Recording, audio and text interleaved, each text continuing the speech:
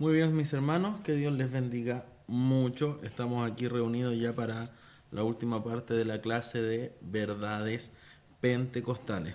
Muy bien, haciendo un resumen así muy a la rápida. Hemos visto hasta el momento ya 4 puntos en relación a esta materia de verdades pentecostales que y ya lo hemos dicho anteriormente.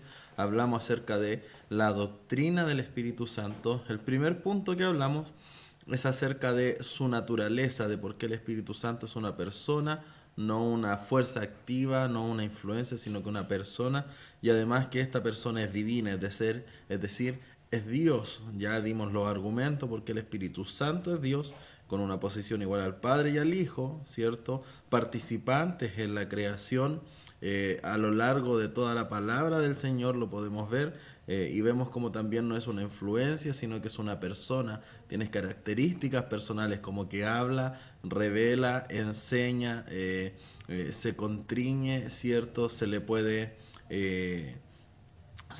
negar, entonces es una persona, ¿cierto? De acuerdo a las verdades bíblicas, podemos demostrar que el Espíritu Santo no es una influencia como algunas corrientes, más bien sectarias, dicen por ahí, sino que es una persona y esta persona es Dios. Ya es divino totalmente. En segundo punto vimos el Espíritu Santo en el Antiguo Testamento y vimos que el Antiguo Testamento, la obra del Espíritu Santo se desarrolla en 3 formas, pero más que nada en 2, que son las que resaltan más, que es el espíritu creativo en relación a la creación, el Espíritu Santo participante ahí de la creación, y también el espíritu dinámico, y que este espíritu dinámico se divide en 2 formas. Él trabaja creando obreros para Dios, levantando más bien, esta operación levanta obreros para Dios, hombres como Josué, como Moisés, como Gedeón, ciertos obreros para Dios, y oradores también para Dios. Y ahí encontramos profetas y esta línea de personas que podríamos decir que son más dedicadas al tema de la palabra, más que al actuar, al hacer cosas, son más dedicados a la palabra. Y encontramos profetas, ciertos sacerdotes, escribas y esas cosas. Muy bien, eso en relación al Antiguo Testamento. La tercera forma es el espíritu regenerador, pero cuando hablamos del espíritu regenerador en el Antiguo Testamento lo vemos de una forma efectiva, pero no recalcada, no cumpliendo una función o una obra regeneradora a lo largo del Antiguo Testamento, sino que en algunas ocasiones en relación a Israel, en relación, no sé, a David, por ejemplo, pero no vemos una obra regeneradora continua del Espíritu Santo, porque esa era ya labor que estaba ligada con el Nuevo Testamento y con la venida de Jesús. Muy bien, eso en el Espíritu Santo en el Antiguo Testamento. Pasamos, ¿cierto? Después el Antiguo Testamento y vamos al Nuevo y hablamos del Espíritu en Cristo y vemos su obra a lo largo de toda la vida de Cristo, desde su nacimiento hasta su ascensión, como el Espíritu Santo estuvo presente en todas en toda la vida de Jesucristo. Amén. En su nacimiento, en su bautismo, en su ministerio, en su crucifixión, en su resurrección y en su ascensión. Muy bien. Y también hablamos acerca del Espíritu Santo en la experiencia, y eso habla acerca de cuál es la obra del Espíritu Santo posterior a Cristo. Y dijimos que Él cumple una labor importantísima convenciendo al hombre de pecado, justicia y juicio. Cumple una obra ahora sí regeneradora, ahora sí es continua, ¿cierto? Él convence al hombre de pecado, justicia y juicio, cumple una labor regeneradora.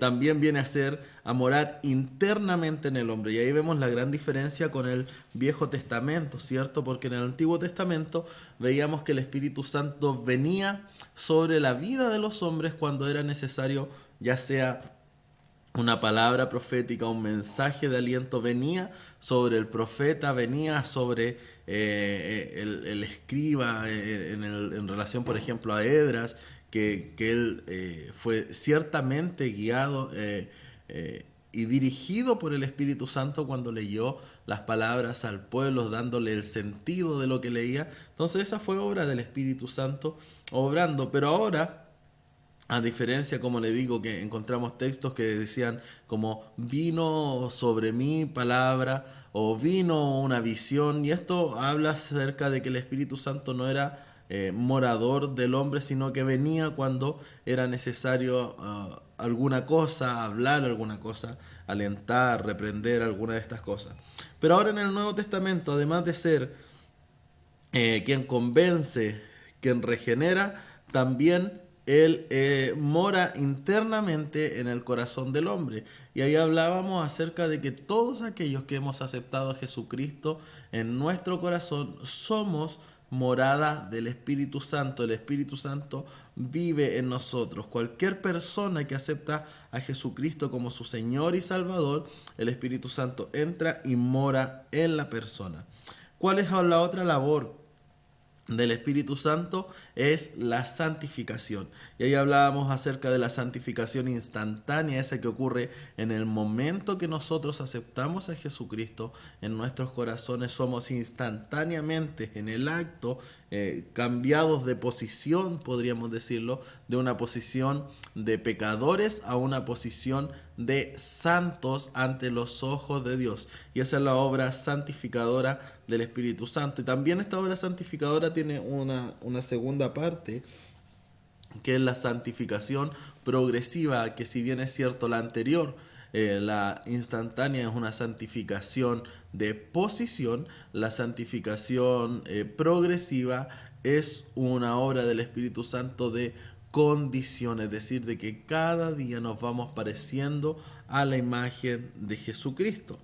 ¿Ya? Esto habla acerca de el fruto del Espíritu. Hablamos también un poquito ahí acerca del fruto del Espíritu. Y cuando hablamos del fruto del Espíritu, nosotros nos estamos refiriendo acerca del carácter. Nuestro carácter debe ser moldeado. Debemos entender que así como somos, no estamos bien. No sé si usted ha escuchado esa frase de que yo soy así y no creo que cambie. Muy bien, esa frase, mi hermano, mi hermana, no es una frase de cristiano, porque el cristiano está sujeto absolutamente al cambio. Es más, el cristiano debe cambiar, día a día debe ser diferente. No podemos, hoy día yo no puedo ser igual a lo que era ayer, y mañana yo no puedo ser igual a lo que era hoy. Por lo tanto, ese de así soy yo, no creo que cambie, así soy, así he sido siempre y voy a seguir siéndolo, esas no son frases de cristianos, pues debemos entender que el Espíritu Santo trabaja en nuestras vidas, primero en la medida que nosotros dejemos que Él trabaje. Si nosotros no permitimos, Él no trabajará en nuestra vida, en nuestro carácter, ¿cierto? Debemos dejar que el carácter, debemos dejar que Él trabaje en nuestro carácter. Nuestras vidas, mi hermano, mi hermana, deben ser perfeccionadas.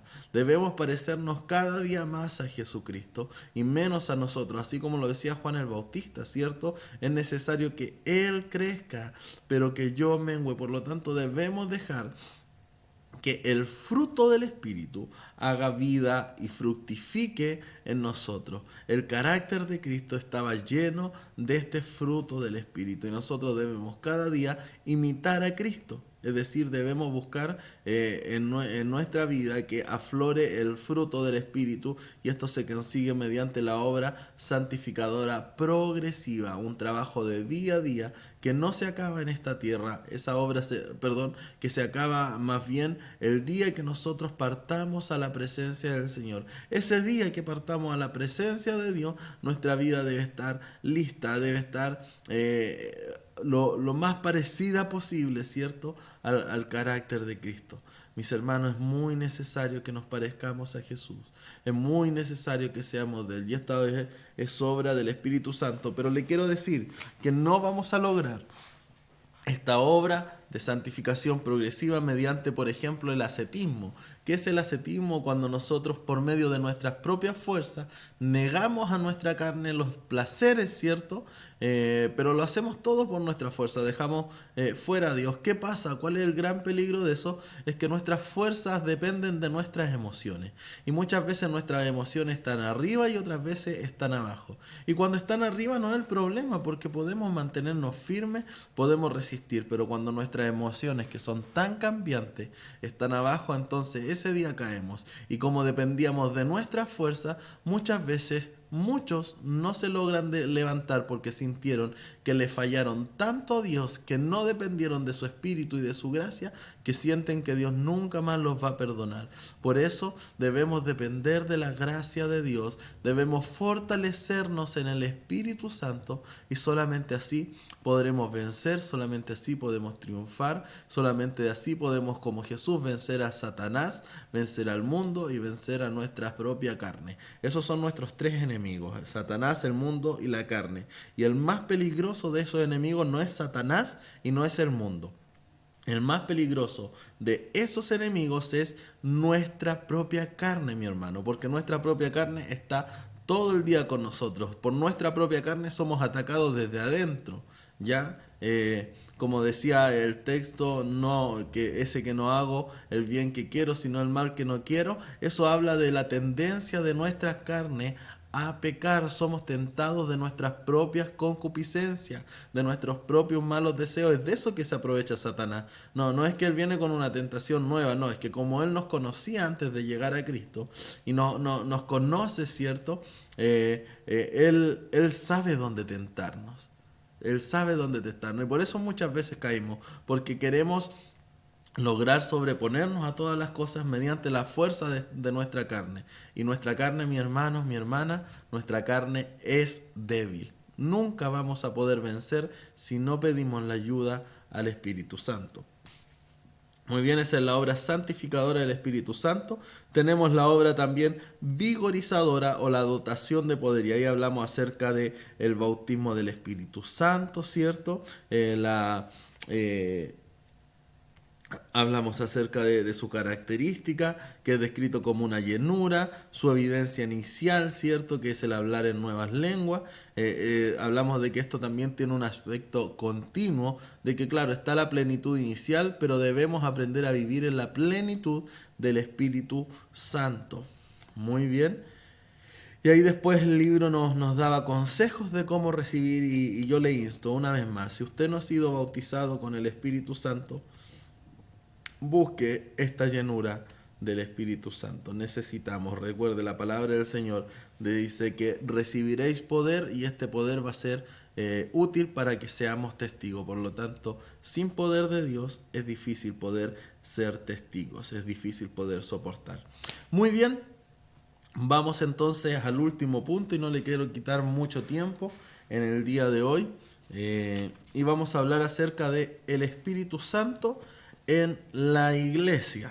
Ya el Espíritu Santo en la iglesia. Y partimos hablando acerca del advenimiento del Espíritu Santo. Tenemos que entender algo: el día de Pentecostés el Espíritu Santo se derramó en esta tierra. Por lo tanto, no hay que esperar un nuevo derramamiento, no hay que esperar un nuevo avivamiento. No, lo que hay que hacer es nosotros mismos avivarnos, nosotros mismos buscar esa gracia, esa llenura del Espíritu Santo que ya está derramada, mis hermanos. No existen nuevas unciones.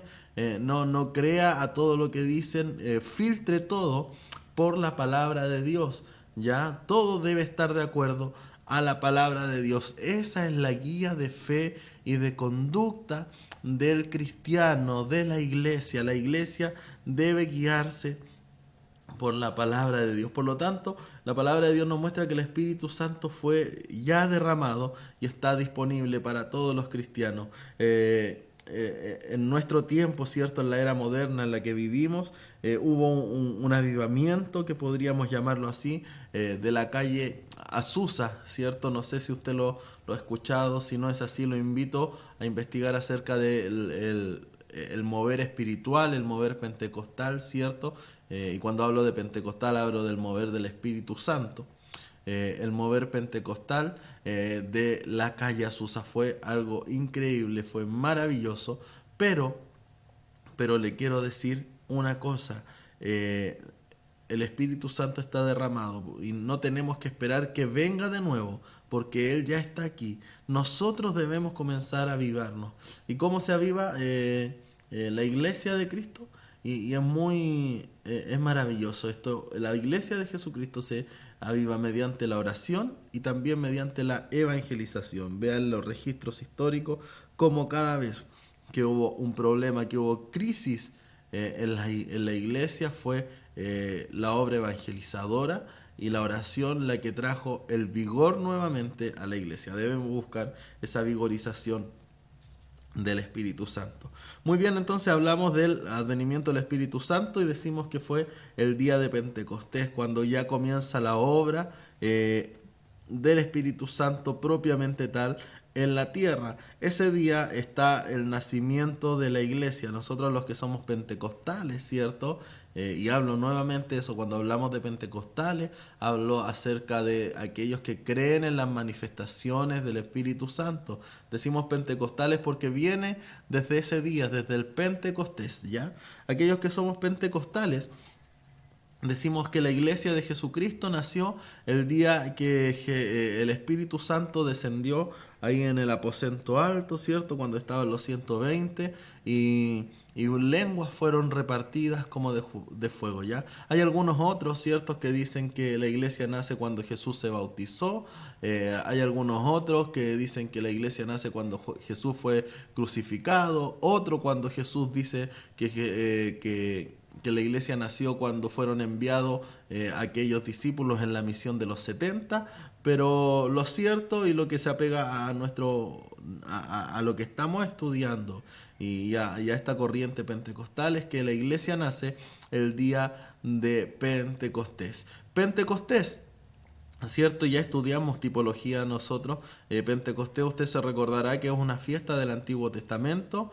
¿Y cuándo ocurría esta fiesta? Ocurría 50 días después de la Pascua. ¿Se acuerda del calendario festivo de Israel? Muy bien, estaba primero la Pascua y 50 días después venía la fiesta de Pentecostés. La palabra Pentecostés significa 50.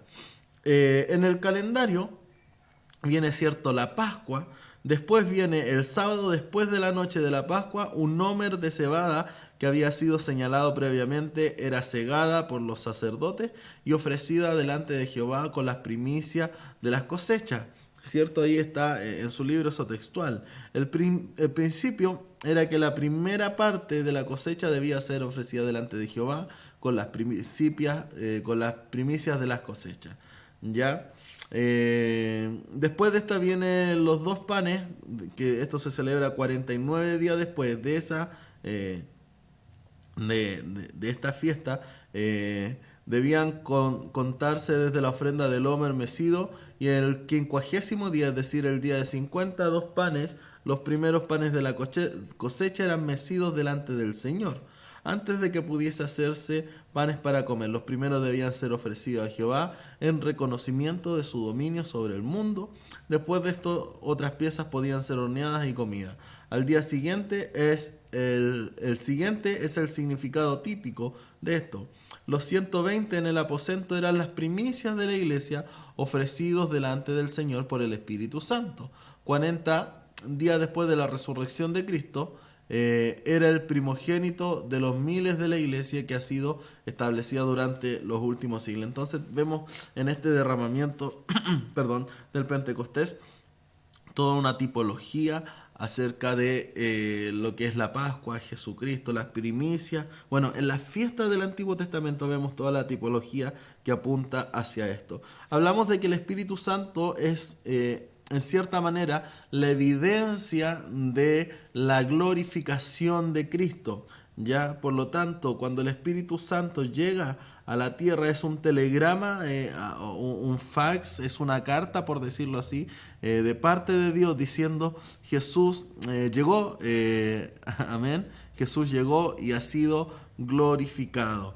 Ya, por lo tanto, es como una evidencia el Espíritu Santo no es como, sino que es la evidencia de la glorificación de Cristo. Es también la consumación de la obra de Cristo. Y aquí hay algo muy interesante que dice que el beneficio de la expiación no fue consumado hasta el día de Pentecostés, cuando el derramamiento del Espíritu Santo fue una señal de que el sacrificio de Cristo fue aceptado en el cielo y que el tiempo de proclamar su obra había llegado. Muy bien. Y ahí sigue hablando acerca de la unción de la iglesia, ¿cierto? Entendemos que el Espíritu Santo es la unción de la iglesia. Aquí hay algo interesante de que la morada del Espíritu, la iglesia es algo así como la morada también del Espíritu Santo, en el sentido paralelo, por ejemplo, en el Antiguo Testamento, cuando Dios constituye a Israel como una nación. Dios manda que construyan el tabernáculo en medio de la congregación de Israel para él morar ahí. Bueno, ahora Dios constituye la iglesia y ya, la palabra dice, yo no habitaré más en templos hechos por manos del hombre, sino que en el corazón del hombre. Es de la misma manera, así entonces como en Israel habitó en medio de su pueblo, el Espíritu Santo también viene a habitar en medio de la iglesia constituida por Dios. Muy bien. El derramamiento de Pentecostés abre o es el principio, es la gran promesa cumplida. Ya entenderán esto más a fondo acerca de las promesas y el castigo de cada dispensación. Hay 7 dispensaciones, hermanos. Nosotros vivimos en la dispensación de la gracia. Está la inocencia, la conciencia, el gobierno humano, la dispensación de las promesas, la dispensación de la ley, la dispensación de la gracia y la dispensación del reino milenial. Nosotros estamos viviendo en la dispensación de la gracia. ¿Y desde cuándo se cuenta esta dispensación de la gracia? Desde el derramamiento del Espíritu Santo ahí en el aposento alto el día de Pentecostés. Por lo tanto, también este derramamiento del Espíritu Santo habla acerca del inicio de la nueva dispensación. Muy bien, eso es más o menos lo con respecto a... Bueno, ya hay algunas otras cosas que también es interesante que usted pueda leer, pero quiero ir hasta la letra D y ahí vamos a ir avanzando un poquito, que habla acerca de los dones del Espíritu Santo. Y hay algo muy interesante. Hay 2 cosas que la palabra de Dios nos habla. Habla acerca de los dones del Espíritu, pero es algo que debe distinguirse, y esta es una de las preguntas del cuestionario, del don del Espíritu. Ya, los primeros, es decir, los dones del Espíritu, describen las capacidades sobrenaturales impartidas por el Espíritu para ministerios especiales, ¿ya?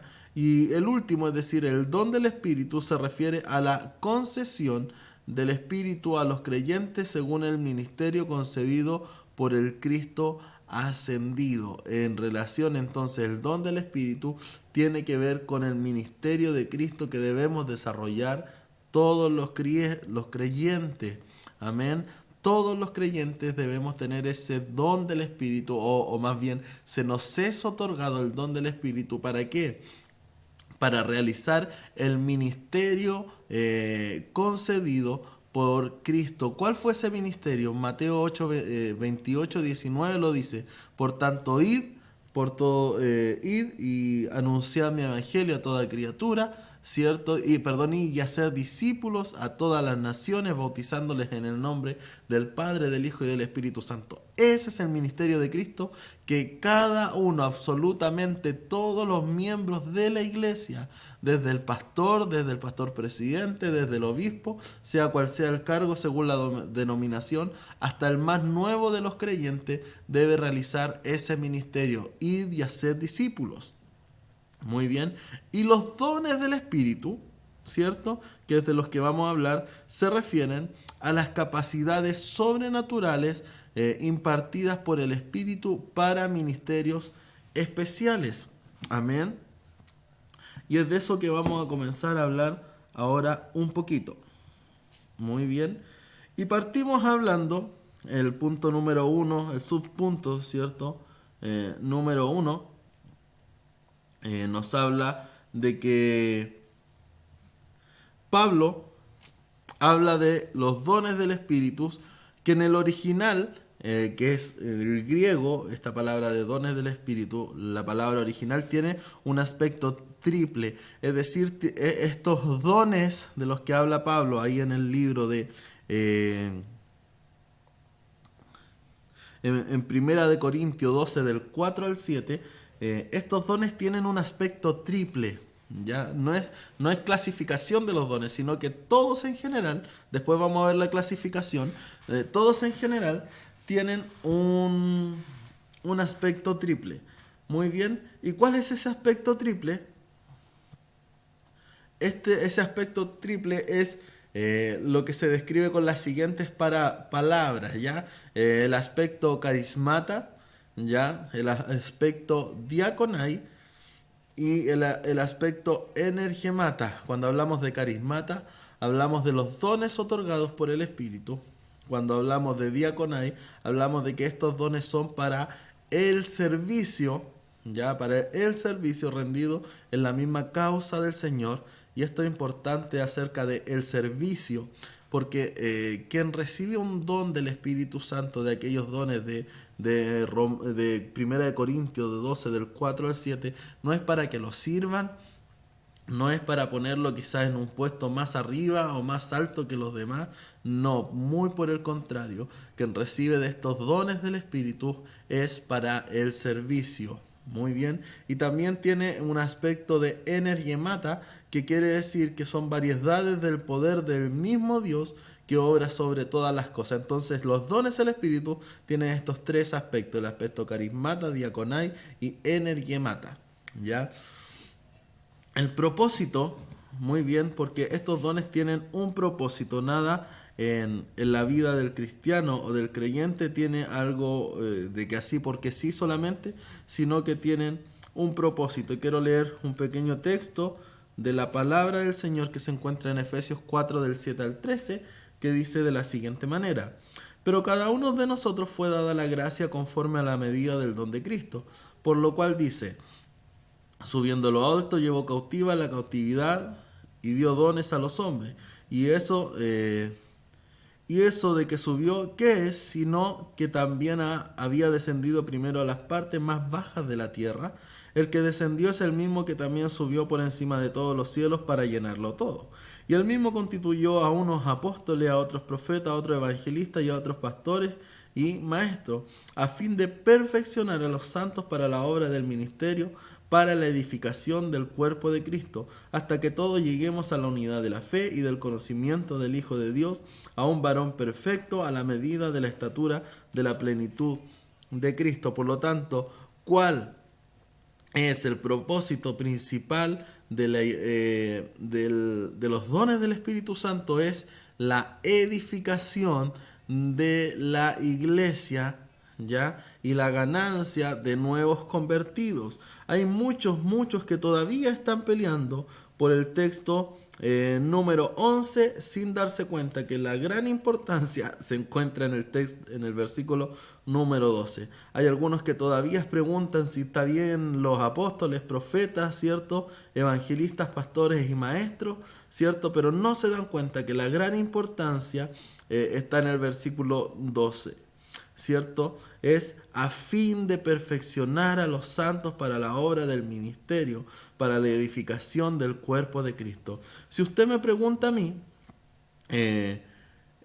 esto que se conoce como los 5 ministerios no habla acerca de la labor o que es un ministerio como tal, ¿cierto? De que Dios unge a una persona en particular pastor, a otra persona en particular profeta, a otra en particular evangelista, a otro en particular pastor y a otro en particular maestro. No, este es el ministerio de la iglesia.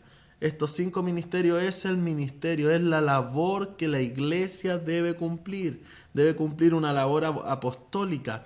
¿Cuál es esta labor apostólica de ir, de cumplir ese mandamiento, de abrir iglesias, ¿cierto? ¿Cuál es la misión profética de la iglesia? Y ahí nos tenemos que poner a pensar cuál es la labor del profeta. La labor del profeta es declarar la palabra del Señor, ser la voz de Dios. ¿Y dónde está la palabra del Señor? En la Biblia. Por lo tanto, usted y yo tenemos una labor apostólica de ir a abrir iglesias, de ir y anunciar el Evangelio, ¿cierto? De ir, de cumplir esta misión apostólica, de en el lugar donde estemos levantar, por decirlo así, levantar un lugar de adoración para Cristo. Y con esto yo no lo estoy mandando, mi hermano, no se confunda, no lo estoy mandando a que se salga de su iglesia y a que abra una iglesia, no, para nada. Estoy diciendo que la iglesia del Señor tiene una labor apostólica. Ella debe cumplir con esta labor, debe de ser plantadoras de iglesia, debe cumplir con la labor profética de anunciar lo que la palabra del Señor dice, a pesar de que lo que digamos no le guste mucho al mundo, y obviamente no le va a gustar. Y aquí un consejo, mi hermano, mi hermana, si usted lo quiere tomar: no intente ponerse en la buena con el mundo. La iglesia y el mundo no son amigos, la iglesia y el mundo no están de acuerdo. El mundo, como dice la palabra, el mundo nos aborrece, Jesucristo lo dijo. Por lo tanto, no intente que el mundo le aplauda lo que usted haga como iglesia del Señor. El mundo siempre va a estar en contra de nosotros. Nosotros, a quien tenemos que buscar agradar, es a Dios. La iglesia tiene una labor evangelística, la iglesia tiene una labor de predicar, de anunciar el evangelio. La iglesia tiene una labor pastoral, la iglesia tiene esa labor. Y la iglesia tiene una labor de maestro, de enseñar a aquellos que ganan. Dependiendo, cierto, de las denominaciones, hay pastores, cierto, hay obispos, pero lo cierto de la discusión de que si hoy día hay profetas o no hay profetas, de que si en el día de hoy hay apóstoles o no hay apóstoles, se los dejo a los grandes teólogos de la vida, ¿cierto? Yo prefiero enfocarme en el texto siguiente, que todo esto, lo que se conoce como los 5 ministerios, que es el ministerio, es la labor de la iglesia, es a fin de perfeccionar a los santos para la obra del ministerio, para la edificación del cuerpo de Cristo. Para esto son los dones. Y para esto es el gran ministerio de la iglesia. Muy bien, después de que vemos ese aspecto triple de la iglesia, vemos el aspecto carismata, diaconai y energemata, vimos la función o el propósito de los dones. También cuando leemos el texto de Primera de Corintios, ya del capítulo 8, Primera de Corintios 12, perdón, capítulo 8 al 10, Pablo nos habla acerca de 9 dones, ya de 9 dones impartidos por el Espíritu Santo a la iglesia. Dice así: porque a este es dada por el Espíritu palabra de sabiduría, a otro palabra de ciencia según el mismo Espíritu, a otro fe por el mismo Espíritu, y a otro dones de sanidades por el mismo Espíritu, a otro el hacer milagros, a otro profecía, a otro discernimiento de espíritu, a otro diversos géneros de lengua, y a otro interpretación de lengua. Y quiero leer el versículo 11 también, que dice: pero todas estas cosas las hace uno y el mismo Espíritu, repartiendo a cada uno en particular como Él quiere. Esto es maravilloso. A mí, si hay una característica de Dios que me encanta por sobre todo, es la soberanía de Dios. Me encanta la soberanía de Dios. Y muchas veces nosotros los cristianos nos equivocamos pidiéndole, o no pidiéndole, si pedirle al Señor está bien, todos pedimos al Señor, pero exigiéndole, mandando al Señor para acá y para allá, como que si Dios tuviera que hacernos caso a nosotros, y nos olvidamos de que el grande, sublime, el eterno y el soberano, que mora ya en los cielos, distante de nosotros, es Dios. Dios es el soberano, y hablo de distante, de distancia. Él está cerca nuestro espiritualmente, ¿ya? Pero cuando hablo de esto, hablo de lo grande y sublime que es nuestro Dios, de lo cuán distinto es Dios de nosotros. Por eso digo distante. Él es el soberano. ¿Qué quiere decir soberano? Que Él toma las decisiones. Él es el que decide, Él el que decide o sanar o no sanar. Es Él el que decide. Por lo tanto, muy poco tenemos nosotros de decisión, sino más que pedir su misericordia en favor de cada una de nuestras peticiones. Muy bien, los dones, hay tres divisiones ya en los dones del Espíritu. Y la primera clasificación de estos dones son aquellos que imparten poder para entender de forma sobrenatural. Después vamos a tener una pequeña descripción. Dice palabra de sabiduría, palabra de ciencia y discernimiento de espíritu. Estos son para saber sobrenaturalmente. Después tienen los que imparten poder para obrar sobrenaturalmente, que es el don de fe, el don de hacer milagros y el don de sanidades. Ojo aquí, que el don de fe no es lo mismo que la fe que por la cual nosotros llegamos a Jesucristo, que creímos en su palabra. No es lo mismo. Al igual que el don de lenguas, no es lo mismo que hablar en nuevas lenguas, ¿ya? Y después están aquellos que imparten poder para hablar sobrenaturalmente, y ahí está el don de profecía, el don de lenguas y el don de interpretación. Ya cuando vemos el libro, ¿cierto? Ahí vemos cómo tienen cada uno de estos dones una pequeña descripción, ¿ya? De cada uno. Y vamos con palabra de sabiduría, que es la habilidad sobrenatural para expresar sabiduría en los siguientes casos, como por ejemplo interpretar sueños y dar consejos sabios. Si lo pudiéramos comparar este don con algún personaje de la Biblia, estoy seguro que usted, al igual que yo, ya pensamos en José. Hablan sobre palabra de sabiduría, del descubrir el significado de alguna visión o algo por el estilo, ¿cierto? Después tenemos la palabra de ciencia. Esto es la expresión divinamente inspirada de hechos que, según el Nuevo Testamento, nos proporcionan lo siguiente: la ciencia de Dios tal como se nos ofrece en los evangelios, la ciencia de las cosas que pertenecen a Dios, inteligencia y entendimiento, conocimiento de la fe cristiana, conocimiento profundo, más perfecto, más amplio de esta religión, como los que han alcanzado más madurez, la ciencia más elevada de las cosas cristianas y divinas. Muy bien. También está ahí entonces el discernimiento de espíritu. Y aquí hay que tener un cuidado, hay que tener ojo en esto del discernimiento de espíritu, porque muchos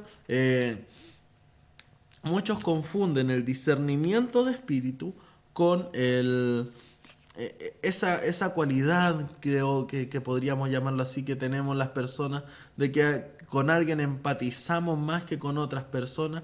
No, eso no tiene que ver con la empatía, con la simpatía con otra persona o no. Esto tiene que ver con discernimiento de espíritu, de entender que la otra persona o el lugar hay algo extraño que es algo espiritual. Hemos visto que puede existir una inspiración falsa, la obra de espíritu humano. ¿Cómo puede la gente notar la diferencia? Por el don de discreción de espíritus que capacita al posesor, para determinar, por ejemplo, si el profeta habla o no por el Espíritu de Dios. El don capacita al hermano que tiene el don a través de todas las manifestaciones exteriores y conocer la verdadera naturaleza de una inspiración. El don de discreción de espíritu o discernimiento de espíritu puede ser examinado mediante otras pruebas: la prueba doctrinal y la prueba práctica, y ahí nos dan algunos textos. Hay un dicho popular, ¿cierto?, que dice: en todos lados se cuecen habas, ¿cierto? Y así como hay manifestaciones sobrenaturales del Espíritu Santo, así como hay gente, ¿cierto?, que es tomada por el Espíritu Santo y llevada quizás a una manifestación externa de agradecimiento, de alegría, guiada por el Espíritu Santo. Hay quienes son guiados y puestos, ¿cierto?, para confundir y literalmente por demonios, gente tomada, y ahí es donde el discernimiento de espíritu comienza a trabajar, ¿cierto? Hay personas que profetizan por ellas mismas y la gente, y hacen llorar a la gente y todo, y la gente se siente emocionada, pero muchas veces no hablan en nombre de Dios. Recuerden, en el Antiguo Testamento también habían de estos profetas falsos que eran descubiertos a la luz de la palabra. Hoy está el discernimiento del Espíritu y este nos ayuda a poder discernir quién viene de Dios y quién no viene de Dios. Muy bien, ahí después saltamos a la otra parte, ¿cierto? Para obrar sobrenaturalmente, y está el don de fe. Y cuando hablamos del don de fe no se refiere a la fe salvadora ni a la fe que agrada a Dios para alcanzar bendiciones, en lo que aparece en Hebreos 11:6, porque es necesario que el que se acerca a Dios crea que le hay y que es galardonador de los que le buscan.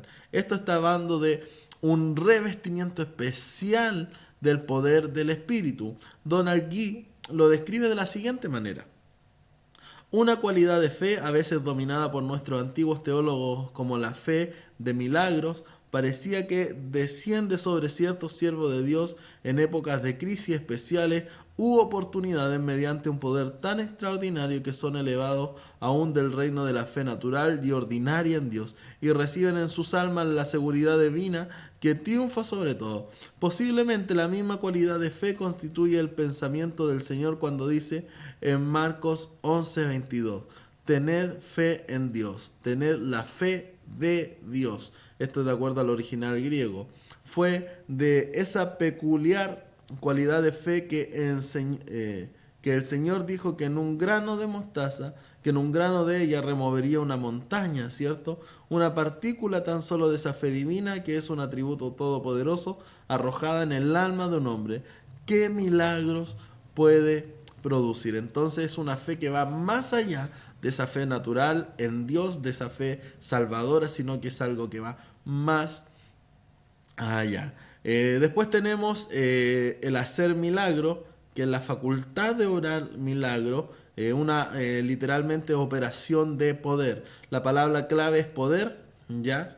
Y habla acerca de los milagros especiales. En Efeso constituyen una ilustración de la aparición del don. Cuando hablamos de hacer milagros, no hablamos acerca de sanidades, ¿ya? El obrar milagros va más allá de la obra en alguna enfermedad, ¿cierto? Eso es sanidad, es el don de sanidad, así literalmente. Pero cuando hablamos de hacer milagros, hablamos sobre las otras cosas. Cuando pedimos a Dios que obre en algún asunto especial, no sé, por ponerle un ejemplo, alguien quiso matricular a su hijo en un colegio imposible para que su hijo pueda estar ahí. Se ora a Dios, se va al lugar y resulta que de alguna manera inexplicable se hizo un cupo. Eso es milagro. Cuando le pedí, y vamos a algo más sobrenatural, aún quizá usted puede encontrar eso, algo demasiado cotidiano para Dios, pero Dios también obra en eso. Vamos a algo más extremo, aún cuando alguien, un país está viviendo una sequía terrible y le piden a Dios que Dios sobre en lo natural para que pueda llover y Dios trae la lluvia. Eso es el hacer milagros, ¿ya? Son dos ejemplos bien alejados uno del otro, pero que hablan acerca de eso. Los dones de sanidades, ya, habla acerca de esto, acerca de la sanidad del cuerpo, tanto mental como también física, psicológica, ¿cierto? Entendemos que la sanidad abarca todo eso. Muy bien. Tenemos también el don de profecía, ¿cierto? Que la profecía es predictiva de algo que va a acontecer, o también habla acerca de algo que está aconteciendo en lo oculto y sale a la luz, ¿cierto? Pero entendamos algo, la iglesia no es guiada por profecías, la iglesia no es guiada por manifestaciones del Espíritu Santo, la iglesia es guiada por la palabra del Señor. Por lo tanto, como cristianos tenemos el deber y el derecho, y escuche bien lo que voy a decir, tenemos el deber y el derecho de juzgar la profecía. Podemos hacerlo. Si la profecía no exhorta, no edifica y no consuela, no viene de parte de Dios. Estos tres puntos son importantes para saber si la profecía viene de parte de Dios. La profecía va a exhortar, la profecía va a decir lo que se está haciendo mal, la profecía va a decir aquello que se puede hacer para dejar de hacer eso malo, y la profecía también va a dar un consuelo. Y quiero ponerle un ejemplo práctico. Puede levantar su nombre de Dios con el don de profecía y decir a alguien en particular: mira, tú estás pecando en esto, en esto, en esto, ¿cierto? Pero Dios te dice que dejes de hacerlo, que busques perdón, que busques misericordia, y terminar diciendo: pero Dios te ama y por eso te habla. Así que, mi hermano, la profecía tiene esto, tiene la edificación, exhortación y consolación. Si una profecía no tiene esto, hay que entrar a dudar, como se dice. Pero hay que tener mucho cuidado. La profecía no suplanta a la palabra del Señor. Y ya vamos a hablar de eso terminando de describir un poquito los dones. La profecía no suplanta a la palabra de Dios. La profecía no está por encima de la palabra del Señor. No hay nada, absolutamente nada más importante que la palabra del Señor. Por lo tanto, la profecía no está por encima de la palabra del Señor. ¿Ya? Después viene acerca de diferentes géneros de lengua, y es el poder de hablar de forma sobrenatural en idioma jamás aprendido por el que habla.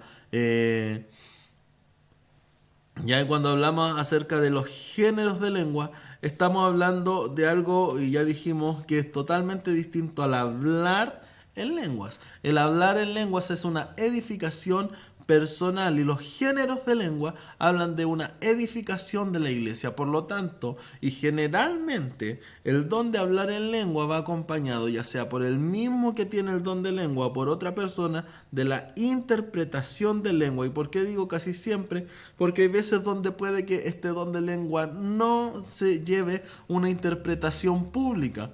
Porque puede ser que Dios le esté hablando a una persona en particular, allá atrás, al último en la iglesia, ¿cierto? Y Dios quiere tener un mensaje personal con él a través de otra persona. Dios toma a esa persona a través del Espíritu, da un mensaje en lengua, ¿cierto? Que no va a ser desordenado, que no va a interrumpir, que no va a molestar, ¿cierto? Espiritualmente, menos ocurrirá durante el tiempo de la palabra, de la predicación de la palabra del Señor, porque dijimos que no hay nada más importante que la palabra del Señor, y sabemos que, bueno, ya vamos a hablar de eso, que Dios no es un Dios desordenado, y puede que justamente en ese caso no haya interpretación de lengua, porque a quien le está llegando el mensaje está recibiendo interpretación directa de parte del Señor. Ustedes que a lo mejor llevan mucho más tiempo de cristiano habrán visto que algo así ocurre también. Y también está la interpretación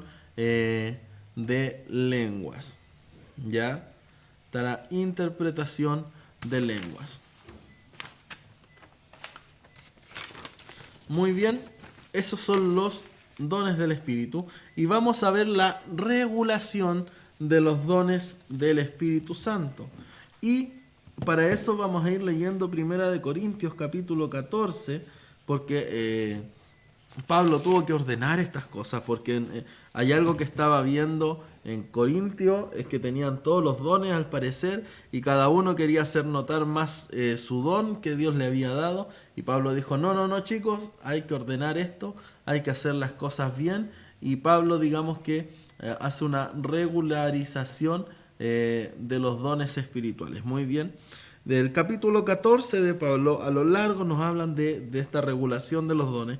Y primero habla acerca del valor proporcional de los dones. Esto quiere decir, y voy a leer textualmente: los corintios se habían hecho preponderantes en el don de lenguas, indudablemente por la naturaleza espectacular, pero Pablo les recuerda que la interpretación y la profecía eran necesarias para que el pueblo pudiera tener un conocimiento inteligente de lo que estaba diciendo.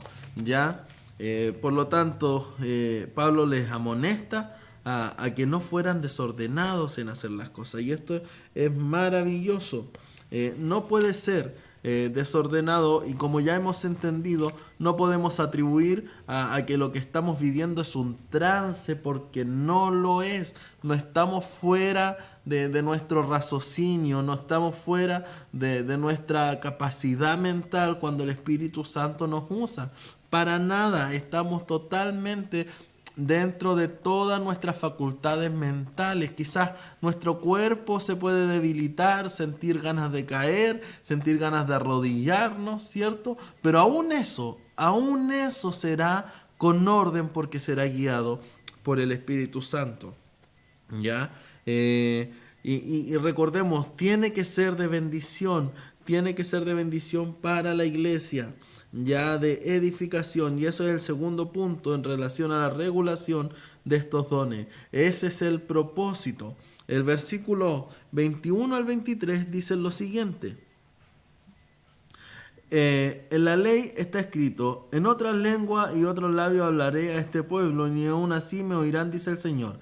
Así que las lenguas son por señal, no a los creyentes, sino a los incrédulos, pero la profecía no a los incrédulos, sino a los creyentes. Si pues toda la iglesia se reúne en un solo lugar, y todos hablan en lengua, y entran indoctos incrédulos, no dirán que estáis locos. Y qué maravilloso es esto. No es que no tengamos que hablar en lenguas cuando hayan visitas a nuestra iglesia, no debemos explicarle lo que está pasando, pero Dios habla, ¿cierto? Y el propósito principal es la edificación. En la edificación, por lo tanto, tiene que haber un mensaje entendible. Ya tiene que haber un mensaje entendible. O como le digo yo, puede ser de que Dios esté hablando con alguien personalmente a través de eso. Pero aún así, esto será con orden. Otro aspecto es la sabiduría, ¿cierto? En relación a los dones, en la regulación de estos dones, y Pablo les dice: hermanos, no seáis niños en el modo de pensar, sino sed niños en la malicia, pero maduros en el modo de pensar. Qué texto maravilloso. No seáis niños en vuestra manera de pensar, no sean infantiles. Seanlo sí en la malicia, que no vean las cosas con malicia, con morbo, con doble sentido. Mire qué maravilloso. Pero en el modo de pensar, sean maduros. Amén. También acerca de el dominio propio. Algunos corintios podían pensar: no podemos estar callados. Si el Espíritu de Dios desciende sobre nosotros, tenemos que hablar. Pero Pablo responde. El versículo 32 dice: y los espíritus de los profetas están sujetos a los profetas. Y qué gran texto esto. ¿Qué quiere decir? Que el espíritu se sujeta a su forma de ser. Es cierto que a veces rompe nuestros esquemas, es cierto que a veces rompe, pero de alguna manera podemos tener el control acerca de eso. Y sigo repitiendo eso: no podemos ocupar la excusa de que estamos en un trance, de que el Señor me tomó y yo no supe nada de mí, de lo que pensaba, como que yo desaparecí del lugar. No podemos hacer eso. Estamos bajo la influencia del poder del Espíritu Santo, pero estamos con todas nuestras facultades y capacidades mentales. ¿Ya? Por lo tanto, el dominio propio está sobre nuestras vidas. El versículo 40 me encanta porque dice: pero hágase todos. Y vamos a leer desde el 39, dice: así que, hermanos, procurad profetizar y no impidáis el hablar en lengua. Si hay que profetizar, se profetiza. Si hay que hablar en lengua, se habla en lengua. Esto es de bendición. Hágalo, no deje de hacerlo. Pero, versículo 40, hágase todo decentemente y con orden. Decentemente y con orden. Y qué maravilloso entender esto. El Espíritu Santo, amados, es ordenado. El Espíritu Santo es ordenado. Puede haber tremenda manifestación del Espíritu Santo. Pueden haber algunos que están danzando de alegría, otros hablando en lengua. Pueden haber, ¿cierto?, alguien que se levante a profetizar, ¿cierto? Pero todo decentemente y con orden. Y es más, el apóstol habla de cómo hacer las cosas cuando alguien se levanta a profetizar. Porque cuando Dios habla, todos callan. Y qué maravilloso esto. Si Dios está hablando, todos callan. Por lo tanto, imagínense y pongamos un ejemplo práctico. Estamos en un culto, se derrama la presencia del Señor. Hay gente alegre, ¿cierto?, que llora, que se emociona. Y hay gente que también está llena del Espíritu Santo, hablando en nuevas lenguas. Hay una manifestación maravillosa del poder de Dios. Y Dios llama y levanta a alguien y lo está usando en profecía. ¿Qué es lo que tiene que ocurrir ahí? Bueno, como el espíritu del profeta se sujeta al profeta, entonces todos deben callar para escuchar la profecía, la palabra profética de parte de Dios. Ahora, ¿qué pasa? Si en ese mismo culto después se está predicando y alguien se levanta y quiere hablar una palabra profética, bueno, yo quiero decirle algo. El Espíritu Santo es ordenado y yo le dije hace un momento, no hay nada más importante que la palabra de Dios. Por lo tanto, si la palabra de Dios está siendo pronunciada, nadie más habla. ¿Cómo va a ser? ¿Dios está hablando 2 veces y 2 mensajes distintos? No, la palabra del Señor está siendo pronunciada, por lo tanto, merece el mismo respeto que si alguien se levantó en profecía a profetizar a la iglesia. Hágase todo decentemente y con orden. Tenga esto en mente, el Espíritu Santo no es desordenado. ¿Ya? Con relación a la recepción de los dones del Espíritu Santo debe haber siempre sometimiento a la voluntad del Señor. Ya le hablé acerca de eso, de la soberanía de Dios. Debe haber una ambición santa, por decirlo de alguna manera. Se debe desear los dones del Espíritu. Debe haber un deseo ardiente, fe y rendición a la voluntad del Señor. Estos dones son puestos a prueba y son puestos a prueba mediante la palabra del Señor. Y con esto quiero terminar. Si algo no está de acuerdo a la palabra del Señor, no es del Señor. Así de simple. Ese es el filtro que tenemos. La iglesia no es llevada por profecías, la iglesia no es llevada por visiones, la iglesia no es llevada por sueños, la iglesia es llevada por la palabra del Señor. Un cristiano no puede ser guiado por profecías, por visiones, por sueños. Y no estoy diciendo que estas cosas no sean de Dios. Estoy diciendo que si estas cosas no están de acuerdo a la palabra de Dios, entonces no son de Dios. La palabra nos dice que si alguno viene con algún otro evangelio, sea anatema. Si alguien quiere usar estos supuestos dones, entre comillas digo, estos supuestos dones, porque cuando se escapan de la palabra del Señor, no viene de Dios, y lo que no viene de Dios es así simplemente y tajante, viene de Satanás, el diablo. Si alguien quiere usar estos dones para cambiar algo de la iglesia, ¿cierto?, y esto no está de acuerdo a la palabra del Señor, no pasa el filtro de la palabra del Señor, entonces, mi hermano, no es de Dios. Los dones del Espíritu son maravillosos, pero deben estar regulados por la palabra del Señor. Si no está regulado, y soy enfático en esto, si no está regulado por la palabra del Señor, entonces no es de Dios. Quiero terminar diciendo lo siguiente. Ahora sí, segunda vez que digo quiero terminar, ya, pero esta es de verdad. Primero, el Espíritu Santo no hace inmediatamente perfecta a una persona. Recordamos, eso es un proceso que se llama santificación progresiva. Otra cosa que quiero decir, la operación de los dones no tiene poder santificador. Que alguien tenga el don de profecía, el don de palabra de ciencia, el don de sabiduría, el don de hablar en lenguas, que el don de hacer milagro, el don de interpretación de lengua, no quiere decir que esa persona es santa. Por lo tanto, usted no juzgue nunca a la persona que está trayendo la palabra profética de parte de Dios. ¿Ya?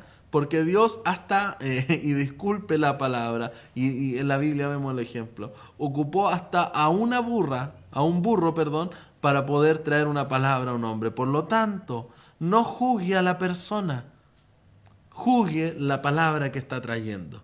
Juzgue si lo que esa persona está diciendo está a la luz de la palabra. Eso usted puede juzgar. Analice la profecía. Juzgue aquella interpretación de lengua. Hágalo. Es sano y es permitido por Dios. Pero no juzgue a la persona. De eso se encarga Dios. Usted juzgue aquel mensaje que si pasa el filtro bíblico, si está de acuerdo a la palabra de Dios, entonces es de Dios. Por lo tanto, que alguien tenga uno de los dones del Espíritu Santo no quiere decir que esa persona sea la persona más santa y correcta sobre la tierra. Está en el mismo proceso de santificación que usted y yo estamos. Es más, y acá lo dice, se puede poseer los dones y todos los dones sin tener amor. ¿Cierto? Pablo lo dice, y si yo hablar en lenguas y no tengo amor, de nada me sirve. Muy bien, así que eso, mis hermanos, es muy importante, la prueba doctrinal. Todo debe estar de acuerdo siempre a la palabra del Señor. Como ya saben, esa es nuestra guía de fe y conducta. Todo, absolutamente todo debe pasar el filtro de la palabra del Señor. Si algo no pasa ese filtro, entonces no es de Dios. Eso es lo que tenemos los cristianos. Tenemos la palabra de Dios y por ella debemos guiarnos. Mis hermanos, muy bien, que Dios les bendiga mucho. No salí en cámara el día de hoy, pero sí les voy a estar subiendo el video dentro de... sí les voy a mandar este video. Importante, mañana repaso de la prueba a las 7 de la tarde. Todo lo que va a entrar en la prueba mañana va a ser estudiado. Así que si usted quiere, puede participar ahí a las 7 de la tarde vía Zoom. Muy bien, vamos a orar para ya estar terminando esta clase. Que Dios le bendiga mucho. Espero que usted que escuchó le haya servido mucho esto, que haya sacado alguna duda. Si es que tienes aún duda, usted hable conmigo, no hay problema alguno en eso. Usted puede comunicarse, llámeme por teléfono, envíeme WhatsApp, yo voy a estar contestándole, ¿ya? Mañana a las 7 nos vemos. Oramos al Señor. Amado Dios, buen Padre Celestial, gracias por tu amor, tu bondad y misericordia. Gracias porque nos permite estudiar estas verdades maravillosas de tu palabra. Pedimos que nos llenes cada día de tu presencia. Queremos ser más como tú, que el fruto del Espíritu haga vida en nosotros, que cada día nos podamos parecer más a ti, Dios eterno. Te queremos bendecir, te queremos honrar, queremos que tu nombre sea glorificado. Presencia de Dios, ven sobre nuestras vidas y llénanos.